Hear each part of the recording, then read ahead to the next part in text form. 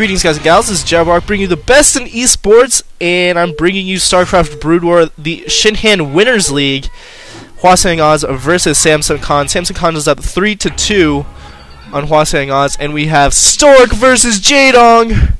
No other better matchup except for Bisu versus Jaedong. But I'm totally going to ignore that. At the 12 o'clock position, we have Stork spawning as the red Protoss, as long as they don't switch the colors on me, and we have Jaedong playing in purple. Both of these colors are power colors, so this is obviously going to be an awesome matchup. Although if Stork would have spawned in purple, then, you know, instant GG. But before this game gets started, this is going to be on Aztec, by the way. Before the game gets started, I just want to tell you guys a few things. If you guys haven't listened to the Dead by Sunrise new CD, it's like Rise from the Ashes or something, and wow, that is a enthusiastic picture of Stork there. But it is awesome. They had Inside of Me by Dead by Sunrise on the Pro League. It was like one of the songs that plays right before the game starts, and it is awesome. It's the guy from Linkin Park, the main singer guy, and it's like his little solo album thing, and it sounds a lot like the old Linkin Park, and I really like it a lot. So you guys should check it out.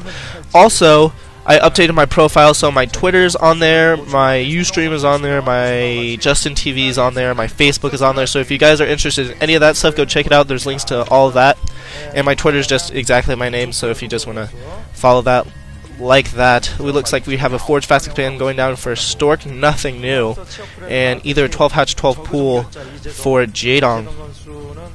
Also, very excited. After patch 1.2 came out, I played kind of all night. I played probably like around 6, 7, 8, probably 10 games, and I made it to Diamond. Finally. I'm actually ranked 8th already in my Diamond division, so that's pretty awesome with like 2,400 points or something like that. But let's get back to the game. Looks like we have no 12 hatch or anything going down. Just really economic build by Jaedong. That probe fighting that drone might be able to pick it off, but no. Ooh, he's going in. Nope. No, not quite. Actually, it looks like we have the 12 pool go down. Sorry, I missed it. It was just the battle was up there and everything. Now we have the expansion going down as well. Stork is going to scout this, so he's probably going to put a Forge to Cannon to Nexus, or Forge Nexus Cannon and then Gate. Really go either one. I guess the reason why he would go for a Nexus first is he's really safe for the time being, as he'll see how many Zerglings are coming out. See, there's the timing to where he can go back into the base and scout how many Zerglings are popping out of eggs. He sees 4 Zerglings popping out, not 6 at one time, so he's definitely going to be okay with putting his Nexus down first. And, you know, a lot of players these days are putting their Nexus down first, putting that second cannon just in case. He needs to be very careful, though, because this is going to be pretty close as the Zerglings are impending on his base. The cannon, I think, is going to morph just in time and actually putting his gate down after his second cannon. Very smart of Stork. Almost getting caught off guard there. If he wouldn't have put that second cannon, all those Zerglings could have definitely ran by, as there are 6 Zerglings. He would have been in a little bit of trouble. Looks like Jaedong might try to go for this anyways, but unfortunately it absolutely fails, and he's not able to get any Zerglings past those 2 cannons. Nexus now morphing in, transferring his probes. We have the double expand going down for Jaedong. And I always wonder why players don't put their second expansion closer to their base. I mean, he just picked the farthest expansion that he possibly could fit, and it's not like the Protoss player isn't going to scout you. They're going to scout you, so I don't really understand that. Cyber_, actually at the expansion, which is kind of unusual. Usually players put their Cyber_, at their main. Doesn't really matter too much, though, unless he goes for a big break in the mid game and kills it off. Then he's not going to be able to make Dragoons or make higher tech buildings, but I don't think it's going to be any type of an issue. We still don't see Zergling speed for Jaedong as of yet. He does have a full extractor, though, and yeah, see, that's three drones on there. Some players are starting to put, for some reason, it looks like they're putting 4 drones on their gas. I saw it in 2 games in a row that they were like oversaturating their extractor and had 4 drones on it for some reason. They are morphing in at that natural expansion. And I'm using the ghetto mic, so I feel like a telemarketer or someone who just sits at their desk all day and calls people, because I re-listened to the last cast, and this mic actually sounds better than the one I paid $30 for. This is one that my mom just had laying around or something, and the audio quality is absolutely terrible. Like I said before, it's like Walkman headphones. But that probe scouting that bottom right base, a little bad for Jaedong, but I think he'll be able to deal with it. But yeah, so I feel like I'm just a weird telemarketer. And the only time that this mic really gets all screechy is when I start yelling a lot, and that happens with my other mic anyway. So I'm just going to stick with this one for now. It does hurt my ears just a tad bit, so we'll see. Forge is spinning, so probably going to see +1 weapons for Stork in the near future. Jaedong's base is up and running now, as it has been when that probe scouted him. The Citadel of Dune's going down now, and we have the Stargate, so should be seeing Corsairs anytime soon. Another hatchery going down, Spire going down as well. Spire's about 2/3 to a half of the way done. Cybernetics core is spinning, possibly for Dragoon range, possibly for the +1 air weapons for those Corsairs. Really just depends what he wants to get first. I'm assuming that it's going to be for the Corsairs, because usually you don't go super Dragoon heavy until a little bit in the later game. Usually you go for like Zealot-ish builds in the early game with your Corsairs. And another expansion going down for Jaedong, so Jaedong feeling very, very confident, taking 4 bases fairly early. The Corsair for Stork doesn't really see any Overlord, not attacking any Overlords, and that's bad because you need to pick off an Overlord. I know I say this every single game that it's a PvZ, but really you do need to pick off an Overlord. Kind of critical there. Stork putting a cannon in the base just to deny any type of muta harass or anything like that. This Zealot is probably going to get picked off. We do have Zergling speed up now. Zealot almost getting picked off, not quite. Stork is going to be able to pick off this Overlord, so that's going to be very, very good for him. It looks like we have the first Scourge out, possibly. It looks like those 2 little blobs coming into the base are probably Scourge as well, I'm assuming. Possibly Mutalist, but no, they are Scourge. And they're going to be almost led into the cannons, not quite though. He does see the robotics facility going down. He does see the Cybernetics core spinning. That's very important as a Zerg player. But Stork is in a very, very good position, although he needs to do some damage before Jaedong gets his 4 bases up and running, because now that Jaedong's early expanded to his 4th base, he's going to be able to do a lot of damage. And I can see why he actually took those bases. Because I guess if he was going to early expand, he's got 2 bases on the right, 2 bases on the left, and a lot of players would say that this is a little disadvantageous. But since all of his units are going to come from hatcheries in those areas, I think he's going to be okay. Templar Archives going down as well. We have a little bit of engagement in the midfield, but nothing too serious. But he's going to be able to reinforce on the right, reinforce at the left, and if Stork attacks, tries to bull rush the right-hand side, he can go into the main and attack some of that stuff. So I think this is a pretty smart play by Jaedong. Jaedong's going to probably be able to hold this ramp, doing a good surround, probably going to catch all of these units off guard, but no, he retreats. I honestly think that he had enough units, maybe not, but it would have been close. It would have been close. He just doesn't want to commit to that too soon and lose a lot of his Zerglings. We have the robotic support going up as well, so we're just going for every type of tech.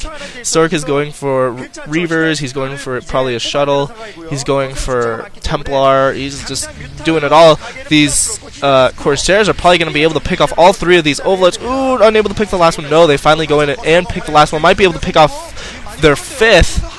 Or their 4th, rather, I think. I think that was their 4th. But doing a nice harass, and that's going to make Jaedong use his larva on Overlords. He might even be supply blocked at this point in the game. Coming back in for an attack with these Zealots. These Zealots are just so powerful with this +1 weapons upgrade. And once he clicks on the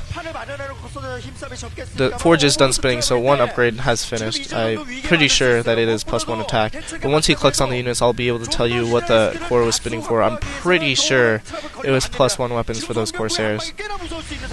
Looks like an attack coming in at the front, trying to get the Zerglings in. Good surround, but not really going to be able to do too much damage with this Reaver there. Just Reaver Scarabs do so much damage versus Zerglings. You can have a whole Reaver surrounded, and 1 Reaver shot will kill all of those Zerglings. We have DTs now on the mixed shuttle finally popping out. Might be going for some shuttle harass at the bottom here. Looks like his Corsairs are going at the bottom at the very least. And we don't have a layer morphing in yet, so we might be going for this 4-base timing push with Hydra, which will be kind of cool. Ooh! Burrowing and unburrowing those Hydralisks. Very good move by Jaedong. Here comes Stork with a Reaver. It looks like that Jaedong is going to be out of position, but Stork stops! Stork stops! If he would have gone in, that would have done so much damage. Now he comes, he has speed on the shuttle, I believe, setting off a DT. Here comes some Overlords, but the Overlords are going to get picked off! Oh no, they didn't get picked off. I thought that Stork was really going to commit to this. He doesn't want to lose too many Corsairs, doesn't commit, but if he would have been able to kill all those Overlords, that would have been epic. We do have Overlord speed for Jaedong, which is standard, but I really thought that he was going to lose all those Overlords. That would have been so epic. 2 Reavers at the front, and 2 Templar are going to deny any type of attack that Jaedong wants to put on. A lot of Scourge in the area, might be picked off by that 1 Dragoon, but really all they're doing is usually scouting it. And honestly, I think at this point in the game, those Corsairs could micro pretty well against those Scourge. Jaedong does have 2 Zerglings burrowed in that area, so he's going to see everything pretty much that Stork is doing. Stork's probably going to try to pick up his 3rd base in the near future. But Jaedong really doesn't have a big standing army. He's just... I guess that's the disadvantage of taking that 4th base early, is you have to really get your economy going. He did go for +1 air carapace, probably for those Scourge. We do see +1 weapons for the ground army, like I expected, and just more Scourge in the air. But honestly, I think both players are in fairly decent position. Really needs to be careful not to lose the shuttle, though, to those Scourge. I don't think those Scourge see that shuttle at all. He does have shuttle speed with that. Here comes the Corsairs being able to pick off a 1 Scourge. And it looks like Stork is going to come in for a timing attack here. He's going in with a lot of Zealots with that +1. They're going to be so hard to defeat. These Mutalisks really aren't going to do anything. Storming his own units! Oh my god, why did he do that? Just storming his own units, but able to pick off all those Mutalisks, so maybe it was worth it, but just absolutely stormed his entire army for some reason. Stork is still pushing in here, able to kill a lot of units. Here comes some Hydralisks from Jaedong. Jaedong in a little bit of trouble. More storm going down. These Zealots just pounding through absolutely everything. Corsairs killing Overlords. This is absolute massacre. I don't think this is enough Hydralisks to reinforce, and that's what I said about making your bases. Even though he is able to reinforce, this is going to be really bad for him. And I love the Hwaseung Khan manager, because she's the only woman manager and she's hot, which makes it 20 times better. Corsairs picking off more Overlords. This other hatch is going to go down. Jaedong in a ton of trouble. Looks like he's going for a counterattack. Might be going for an all-in build, but here comes some High Templar along with probes and Zealots. Storm going down. Very, very good storm by Stork. Stork's pulling back his shuttle as well. Jaedong is looking very, very grim. Hopefully there's a Reaver in that shuttle, and there is. He's going to be able to pick off a ton of drones. 2 drones go down. Might be able to pick off some more. That shuttle is moving to the other place, and Storm uses Storm, and Storm drop. Oh my god, Stork is attacking at 2 fronts, doing absolutely terrible damage. Jaedong's going to be able to pick up this 3rd base, but I don't think it's really going to matter. Just Stork has done so much damage economically that Jaedong pretty much has no way of coming back from this, and this Reaver's going to go down with, what was that? Was that like 14 kills or something like that? It looked like 41, but I don't think he would have that many kills. 15 kills on that Reaver. But absolute crazy damage. These Zealots are going to try to engage these Hydralisks and might be able to take them out. Stork now retaking that, well, I guess taking that 3 o'clock, but retaking his 3rd. And this is just looking really, really grim for Jaedong, unfortunately. Stork just doing so much damage. Absolute crazy, and you can see it on Jaedong's face that he knows that he's probably going to lose this match. We have +2 or 3 weapons for ground, which is absolutely ridiculous. +1 for missile attacks for ground for those Hydralisks, but I honestly don't think it's going to be enough. Jaedong really doesn't have drones at any of his bases, and pretty soon once Stork takes his 3rd, it's going to be absolutely terrible. He has so many Zealots, and that's what you can do. Corsair Zealot is a very effective strategy. You know, you see the Corsair Reaver, Corsair DT, but Corsair Zealot is super, super effective because any type of Mutalisks are going to be killed off by those Corsairs. There's a lot of Scourge in the area, but they have no Corsairs to kill.